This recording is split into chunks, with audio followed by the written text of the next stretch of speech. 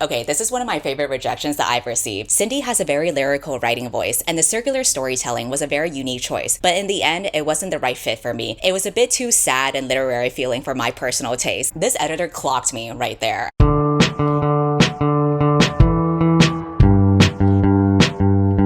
Before the video starts, I wanted to say that Goodreads is doing a giveaway for the advanced reading copies of my book. Barnes & Noble is also doing a cool sweepstakes for anyone who pre-orders the book. Books A Million is also doing autographed copies at a limited stock. I'll have all the information in my description, and I'll also link to my newsletter where you can be up to date for all these things. Okay, thanks, bye. In my previous publishing video, I talked about how I got a literary agent and went through the querying process, but just because a writer gets an agent doesn't mean their book will get published. We have to go through the next hurdle, which is the submissions process. So in this video, I'm going to be talking more in detail about submissions. So what does that mean exactly? Being on submission means that your agent has sent your manuscript out to a bunch of editors that represent different publisher houses. So in my previous video where I had to pitch myself to get an agent, now my agent has to pitch my book to get an editor, and if the editor likes the book enough, then they will bring that book over to their publishing houses and see if they can make an offer to get the book deal. The submission package is pretty similar to the pitch that I sent over to my agent, which has the query letter, the synopsis of the entire book, and the samples of writing. If the editor is interested in reading more, then they will request a full manuscript, and then they get to decide whether they want to make an offer for the book or decline it if it's not for them. Also, most often, the step between getting an agent and getting an editor/book deal will typically have a few weeks of edits for the manuscript based on the notes that the agent has given to you. So I worked on edits for, I believe, about 2 or 3 weeks before we were ready to go on submission, and I'll do a future video about how I approach edits in general. But for this specific video about submissions, I will share the conversations that my agent and I had about how we were going to position my book in a way that's marketable. And like my agent video, I will also share my rejection letters from editors because I know you want the tea. And then I will share how I ultimately accepted an offer from my now publisher and the conversation that my future editor and I had even before we had the call. She had a bunch of questions about my book and the themes and the messages behind it, and that was part of her evaluation process of whether she could be the right editor for this book. So I will share her questions and my answers about it. And of course, here's my obligatory disclaimer that this is not universal advice, okay? My situation is very unique, obviously, because of the platform that I have, and also just in general, I think everyone's journeys are going to be unique. I'm just sharing what personally happened to me, but there are so many other cases where it took a lot longer for people to get their books published, or it took a lot shorter for people to get a book deal. I think the average time it takes for a writer to get a book deal has varied between like 3 to 6 months. I was on submission for 6 months before I got a book deal, but there are some stories where if they really check all the boxes, then it can be even faster than that. Or there are books that will take even longer than 6 months, maybe even over a year before they get a book deal. There have been books that are now bestsellers that have been on sub for over a year. So it really is just the luck of the draw, I feel. There are also a lot of stories that die on sub. And what this means is that the story has been submitted to tons of different publishers and has been rejected by every single publisher. And so as a result, it's probably not gonna be published, at least not right now. I think this happens a lot, especially for stories that don't fit cleanly in a box, or stories that are in underrepresented genres that maybe are not as popular right now. And so therefore editors might not be interested in taking a risk. So for example, like if you are writing a fantasy, if it doesn't have a romance in it, that probably hurts the chances. If you were writing a sci-fi, that probably is also more difficult because that's not as popular as fantasy. I don't believe that stories that receive a book deal means that the story was so much better than the rest of the other stories that didn't get a book deal. When it comes to like marketing trends and what editors are looking for, it is totally subjective and up to them, and it shouldn't be an indicator of someone's worth or a story's worth. So that's my whole spiel. Basically, when writers go on submission, it is better to just leave their ego at the door, because the reality is that it is a lot of waiting to just get an email, and most of the time the email is going to be a rejection. And so after all that waiting and waiting and waiting, I needed to find other distractions online. And that's why I'm glad I have Surfshark, which is the sponsor of today's video. I use a VPN whenever I stream shows that are not available in my country because I can change my IP address to be a different country. But Surfshark is also useful for so many other things like avoiding price discrimination, because a lot of times sellers will jack up a price when they see that you're from a specific location or if the same IP address has been looking at the same product for a while. They also protect you when you use public Wi-Fi like in airports or cafes, because that's how you open yourself up to people stealing your data. Surfshark also has a web content blocker where I can block access to content that I don't want to see, like gambling, and an email scam checker where I can easily check to see if the emails I receive are phishing scams. They also have Surfshark antivirus, which is device protection that secures everything from your webcam to your files. There is no risk in trying Surfshark, and they offer a 30-day money-back guarantee. You can go to surfshark.com/readwithcindy and use my code readwithcindy at checkout to get 4 extra months of Surfshark VPN. Now let's get into the submission process. I was very hands-off during this process. I basically let my agent steer the wheel for all of it. She always kept me in the loop for everything, and she always asked if I felt any differently about her strategy, but I was always like, sounds good to me. I don't know, you just do whatever you gotta do. So from the very first call with my agent, she said that she wanted to position this fantasy book to have a crossover audience between adult and young adult fantasy readers. And I agree with her, because I do see elements of both with this book, and I think that the book can be enjoyed by both teenagers and adults. So she sent her initial sublist to me, which had 18 editors from big 5 publishers, but with different imprints. So imprints I talked about in my previous video are basically like subgroups within the different publisher houses. These imprints have different specific focuses on things like genre or audience. So the list that she had included both adult and young adult imprints. She also asked how I would like to hear updates, because some writers want to know ASAP anything, like even rejections. And then there are some writers that only want to hear good news. So it really just depends on the person. I said, go ahead and tell me everything, even the rejections. I think I have a pretty good thick skin when it comes to dealing with rejections, because I don't take it personally. So with that in mind, let me read the rejections that I have received. Thank you for thinking of me for The Secret World of Briar Rose. This is such a promising and captivating premise, and Cindy has crafted such dynamic characters to sit at the heart of the story. Corinne's and Amelia's journeys, both in character and plot, feel so transformative, and I appreciate the way Cindy has built in a dual timeline that keeps things engaging and fast-paced. The action and plot feels all that much more layered. However, I'm sorry to say that I didn't quite feel that crucial spark of editorial vision that I always look for to successfully guide a project, and so after careful consideration, I've decided to pass. Thank you so much for sending me The Secret World of Briar Rose. What an intriguing concept. There was so much ambition here that I love to see, and of course, I'm a total sucker for riffs on fairy tales. I am so sorry to say that I didn't have the lunatic passion for the writing that I'd hoped to, and I felt a little disoriented a little bit as a result of that, probably. So I'm not the perfect fit, much as I wish I were. I hope you find the perfect home for Cindy, who sounds amazing, and I hope too that you'll think of me again soon. Thank you so much for thinking of me with Cindy's manuscript. You were 100% right too, and I had an absolute blast reading. I really enjoyed the love between these two sisters, the setting, and the twist at the end. There's so much richness and depth in these pages. I was really blown away. I also wanted to say that I really respect and appreciate the work Cindy's doing in the book world. I'm a huge fan, and it's an honor to read their debut. Even though I found so much to enjoy, I did struggle with some of the world building and visualization. I'm not sure the roles of the world were coming together for me in the way that I hoped, and ultimately I've decided to step aside. But I hope you can convey to Cindy my admiration and respect for their work and how much I'm rooting for her. Reading these rejections right now actually makes me kind of emo, because it's like these rejections were so kind, and these editors, like, they genuinely were interested in the story and were rooting for me, even though they knew that it wasn't the best fit for them for whatever reason. I just really appreciate and respect them for that. And again, I feel like with every rejection I had, it was like one step closer to finding the perfect editor for my book who would be as passionate about the story as I am. Thank you for thinking of me with The Secret World of Briar Rose. Though there were many elements I appreciated, I'm so sorry in the end to have to pass on it. It wasn't an easy decision for a couple of reasons. The author, of course, brings a great deal to the table with her platform. I'm personally a fan of her videos, but beyond that, there's clearly a lot of talent on display here. The prose is often memorable and distinctive, and the book is rich with original ideas, inventive world-building details, and stylish atmosphere. It managed to stick closely in some respects to Sleeping Beauty inspiration, but those scenes, through the sheer force of style, theme, and sensibility, felt very distinctively imagined. The relationship between the sisters was also so emotionally grounded and real. However, while I appreciate the ambition of the concepts, which also helped give us a new way into the retelling subgenre, the two stories didn't come together for me as a cohesive whole, either plot-wise or thematically. The jumps between the plot lines felt abrupt, and the thematic connections not quite organic. I'm so sorry this was a miss for me. Cindy is very talented, and so in the off chances this does not sell and she ever has another project, I'd love to take another look. So what this editor is talking about is the two timelines that I have in my book. One takes place in present day, where the characters are exploring the dream world imagined by Sleeping Beauty, and then the other timeline takes place 100 years ago, where we find out the events leading up to this dream world being imagined in the first place. I think one of the fun things with tying the timelines together is having some things happen 100 years ago and having them be referenced again in the dream world, because those memories are locked in the character's subconscious and then they emerge in different ways within this imaginary dream world. And what I really appreciate about the editor that I ended up with for this book is that I think she understood and saw the themes that were already there, but she just helped me push it to be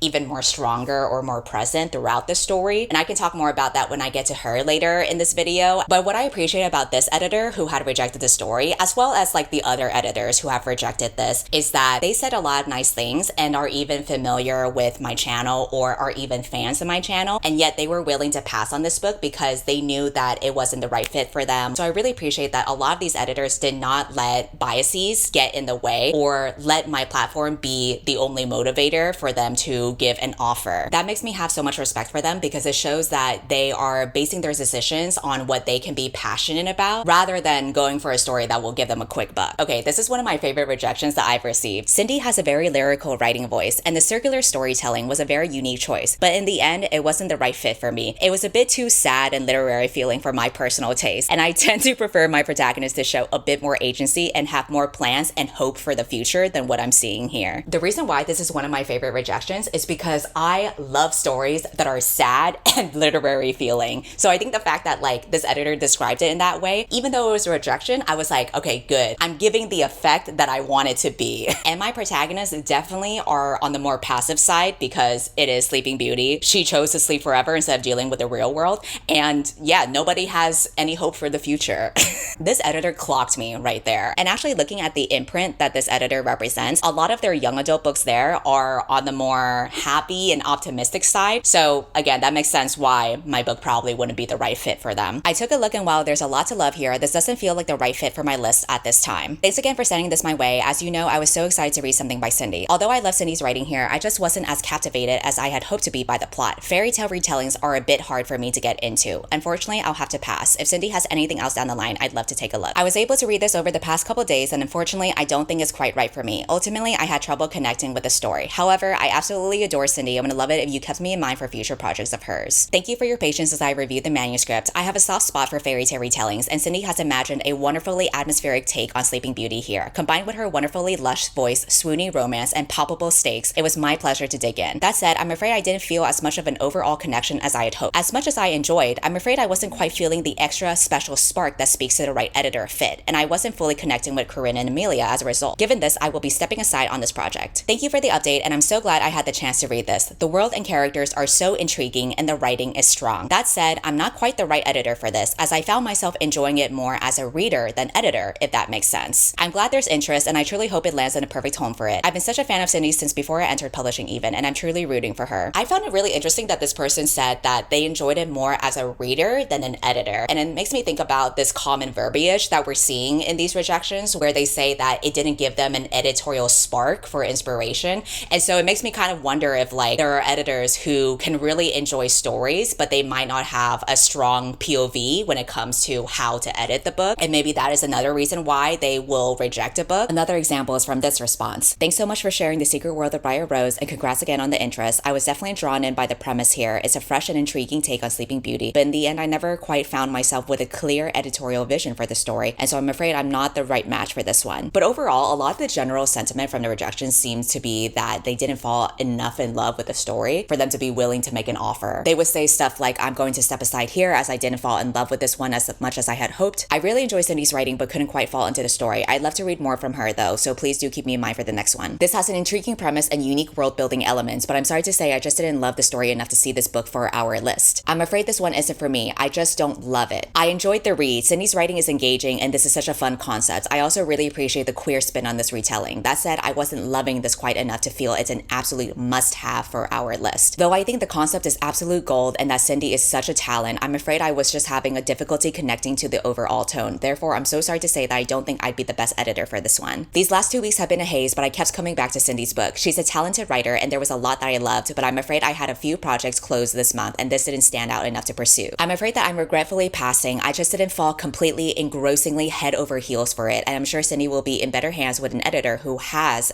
the vision for it. There were also some editors that wanted more romance from this book. For example, one said, I really loved a lot about it. The fantasy and Sleeping Beauty elements were absolutely delicious and Cindy is a beautiful and arresting writer. either. However, while there was a lot I enjoyed, I wasn't as drawn into the central romance as I was hoping to be. I read and very much enjoy Cindy's work here. There's lots that I liked here. Sleeping Beauty retellings are such a rich space to explore, and Cindy does a great job making the story her own. I especially enjoyed the descriptions of Amelia's half-rotted dreamscape and the complex twists and interpersonal dynamics. Everyone has secrets. With that said, I did struggle to find my footing a little bit, and I also hoped the romance would be dialed up more. I also shared the manuscript with a couple colleagues for second reads, and some of them felt the project may be a little close to another fantasy retelling we have in the pipeline, and as such, we feel it could be a disservice to both books and authors to have both on the list. There were also editors from adult imprints that felt like it skewed young adult. I appreciate the ambition and scope of the story on this one with the intersecting timelines and worlds alongside the fairy tale retelling. Ultimately, though, I worry this skewed a bit on the young adult side. We had a ton of in-house conversations about this, and I'm afraid I'm going to have to pass at this stage. We felt the voice skewed a bit young at certain points. So those were the general sentiments of the rejections that I received, and at some point in the middle of the submissions process, my agent decided to build a second sublist for the next round. We started having a conversation about where definitively the book should fall under, adult or young adult. And so my agent said, I've been in conversations with multiple publishers recently who actually bought books via their young adult imprint, only to later tell me they would like to publish it under their adult imprint. So it's been interesting to see this development, which is making me think more about this story and where it fits. Part of me thinks this is a strategy because the young adult market in general has been soft lately. But there's also elements of the story that I felt is indeed very young adult and a specific teen audience would benefit from it. So I'm a little torn personally. I often find myself torn between where I think the art should go versus how I am sensing the market is moving. In general, do you have a strong feeling about this story and the direction we go in? To which I replied, personally, I think my writing style and story elements lean more towards young adult. So I always saw it as more fitting for that audience than an adult one. I tend to view adult fantasy books as stories that are more dense within the genre rather than something accessible to a wider audience. However, if it were to be published under an adult imprint instead, that's not a deal breaker for me, as I think the story can still be enjoyed by adults. The challenge for me would be changing the writing so it feels less young adult to accommodate for that. But in terms of a vision and where the book should go, I'm pretty malleable either way, just noting that tailoring it for adults would probably take more work and finesse since the story and writing feels intrinsically young adult right now. So she started putting a list together that was majority young adult, and then she said, this makes me think we should actually revise the story to be more specifically young adult, which seems to also align with your own inclination for the story. A thought also occurred to me about the ambitiousness of the novel, i.e. multiple characters, perspective, unchronological timeline, dreams that blur the narrative, etc. All things which I liked a lot personally, but wondered if that made it feel too sophisticated for young adult. But at the same time, the voice was maybe too young adult for the adult imprint / editors. This is why I had the feeling this book was crossover. Is there any ideas you have about how to better streamline the storyline, reduce the perspectives perhaps, or make the order of events a bit more chronological and thus easier to follow? Alternatively, you mentioned there were other stories you're working on, and I wanted to hear more about them and how far along you are with them. It might be that your other story is more ready for the market while we fine-tune this one. There's been times when an author and I pivoted projects because the other idea was more marketable / timely, and that ended up being their debut rather than the project we originally signed on, and then they had more time to develop the original story. I mulled over the changes that my agent has suggested, but I think I got really caught up on the idea of making it like less sophisticated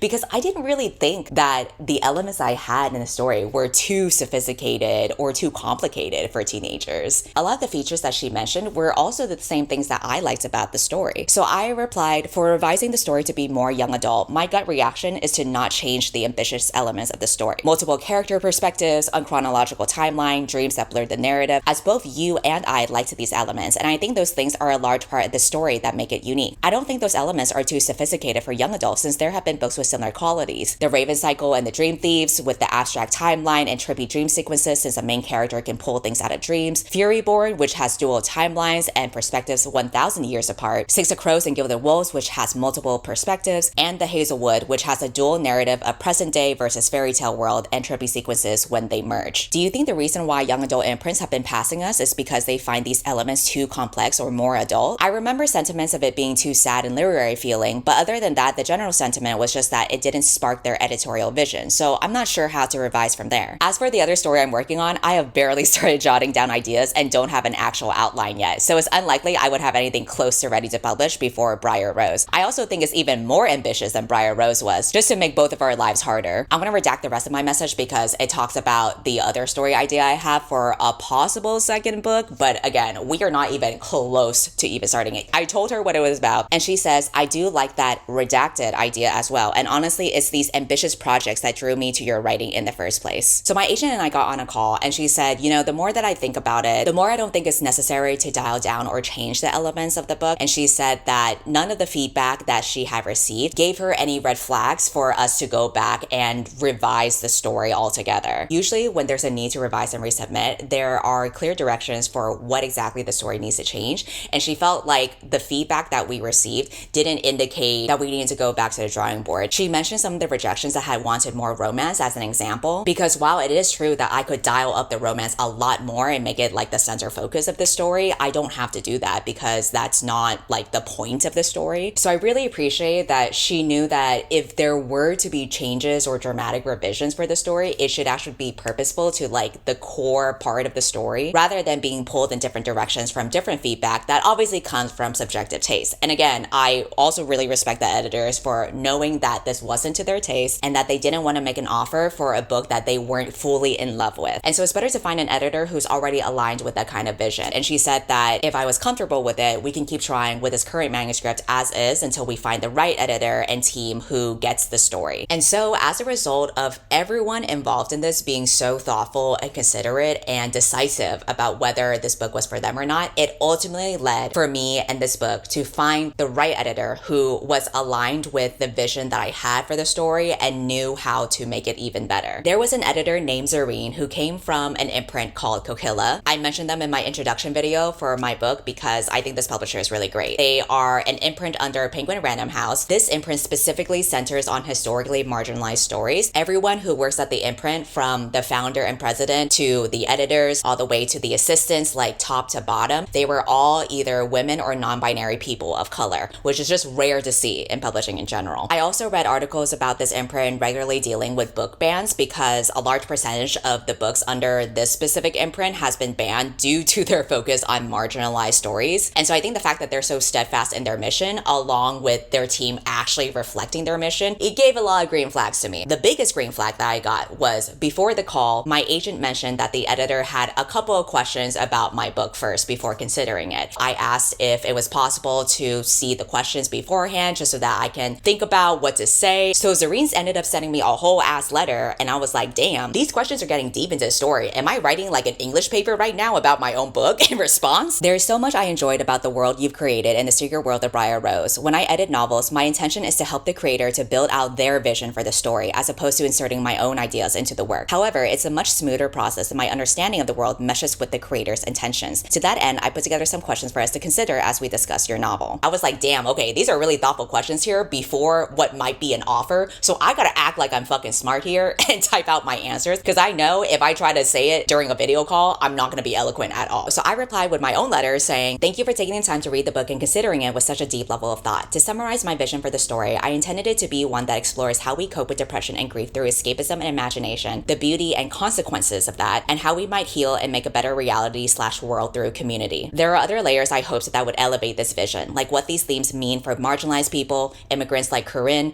queer girls like Amelia, non-binary and ostracized people like Malicene, and how their stories play in the background of war and revolution rather than foreground. So Zareen's first question says, the themes that stand out to me are questions of escape versus avoidance, being imprisoned versus running away, living in reality versus living in dreams. Do these ideas resonate with you? I'm curious about the overarching themes you see in the story and what ideas or feelings you want to leave readers with. To which I said, I want the tension of living in reality versus dreams to be present throughout the story and for the characters to see that reality equals being imprisoned in individual and systemic challenges versus dreams equals running away and avoiding their problems through fantasy, fiction, and indulgence in your deepest desires that would otherwise be impractical or impossible in reality. I want readers to empathize with that desire for escapism, the cynical viewpoints of the world being too cruel and unfair to exist in, and the inability to see a better reality through the fog of depression. And then I'm going to redact the rest of my answer because I don't even want to hint where the story is going to go. You'll just have to find out about that if you read the book. She also asked, there's a poignant sense of yearning in the novel that is tempered by the various betrayals experienced by Corinne, Amelia, and Malicene. Questions of what does it mean to feel needed and what happens when the person you need betrays you. I think tracking these emotional beats in both timelines can help make their narratives feel aligned despite the different eras they are living in. Does that feel true to you, and was this something you considered when creating their arcs? I said, I think all the characters yearn for things that they do not think is possible in the real world. The theme of betrayals wasn't at the forefront of my mind, but I think that would be interesting to push further to make the timelines more aligned since readers may feel a disconnect between the two narratives right now. And then I'm going to redact the rest of my answer because this is when I started riffing off of the ideas of like betrayal and how how to infuse that more in the story. And again, I don't want to give too much away. She also asked, what is it about the fable of Sleeping Beauty that inspired you when creating these characters? Did you consider burying the inspiration deeper in the story as you were crafting as opposed to the overt homage via details and names? I said, the concept of eternal slumber, as well as Sleeping Beauty's passivity in her own story, is what inspired me to connect these themes to depression and mental health. I didn't see this as an homage to the original tale, but rather a starting point to build from and a way to expand on new perspectives and untold stories that readers haven't seen. Similar to how Wicked showed the untold story of the Wicked Witch Elphaba, I like the idea of readers seeing what Sleeping Beauty was actually experiencing/feeling before and while she is asleep. This extends to Malicene, who would typically be cast as a villain,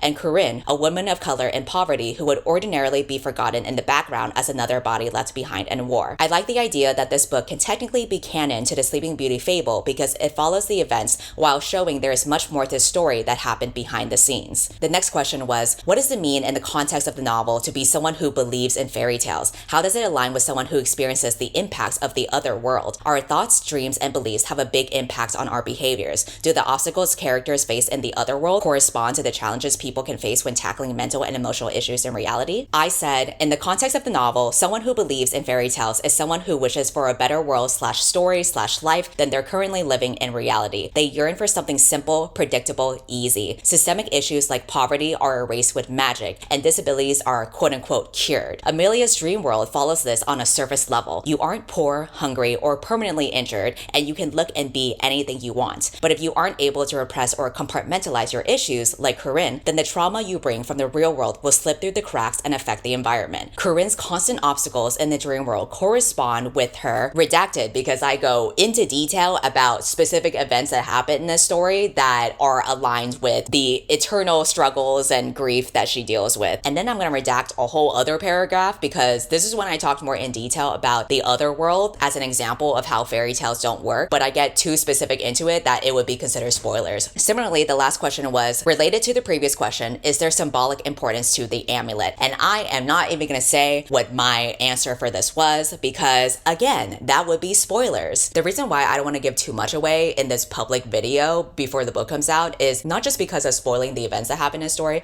but also because there are obvious themes going on in the story, but I also don't want to tell you what you should walk away feeling or thinking about the book because I think part of the fun in reading is coming to terms with your own conclusions from the story and the meaning behind it. You'll have to indulge me in keeping some of those things private because I would rather you make your own interpretations rather than me just spoon feeding it to you and telling you what you should think about. But hopefully the Q&A session that we had gives an idea of a lot of the things that my future editor was thinking about. And that's why it was like the biggest green flag for me because she thought about the story in such a deep way and she was asking a lot of really important and intuitive questions about the themes and messaging behind the book. By the time I got on the call with Zareen, she had already read the answers that I gave to her and that helped simplify the rest of the call a lot better. So instead of talking about like the themes of the book, we talked more about the process of writing and collaboration. She talked about how she likes to work with writers and I talked about how I approach feedback and navigate edits and how I like to work on deadlines. So after the call, Zareen would go over to her publisher to figure out logistics and if they're gonna make an offer or not. In the meantime, my agent wanted to hop on a quick call afterward and this was when she was like, now that we're getting into the final stretch, what do you want to prioritize in terms of the kind of offer that you would want? What's most important to you? Is it getting the biggest money advance? Is it the name and recognition of the publisher? Is it having an editor that's very hands-on? Would I love a big advance and six-figure deal? Obviously, yes. But I was like, okay, if I had to choose like what was the most important thing, I do think that ideally I would love an editor who is able to push the book and the writing to be better. And that was definitely the impression that I got from Zareen. With my platform, people are gonna read my book anyway, so let's make sure it's actually a good book to read. But of course, this is a privileged thing I get to say because likely I don't need to worry about a marketing budget due to my platform,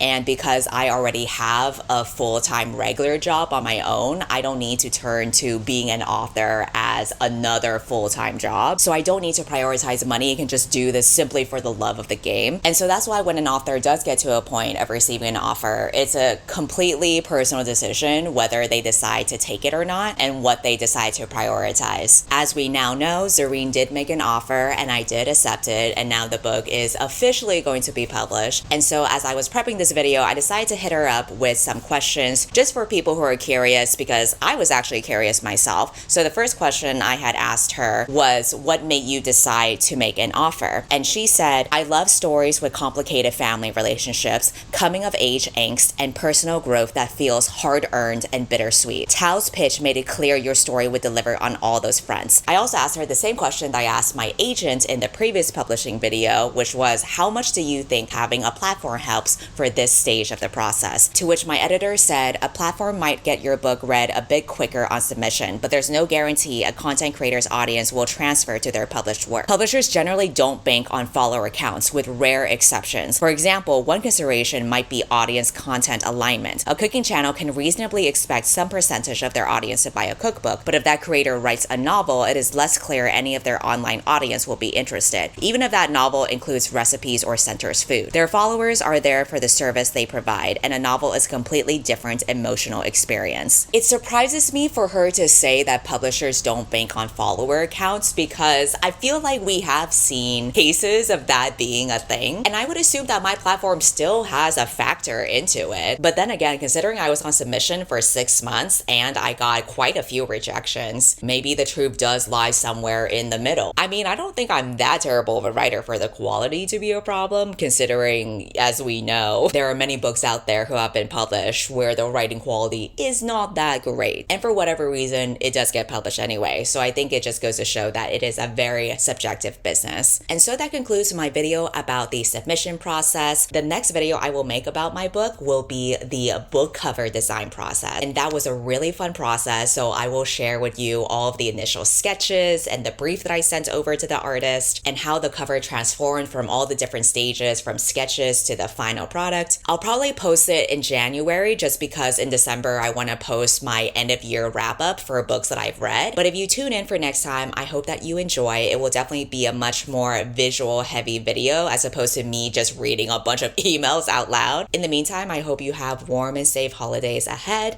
and I will see you around. Bye!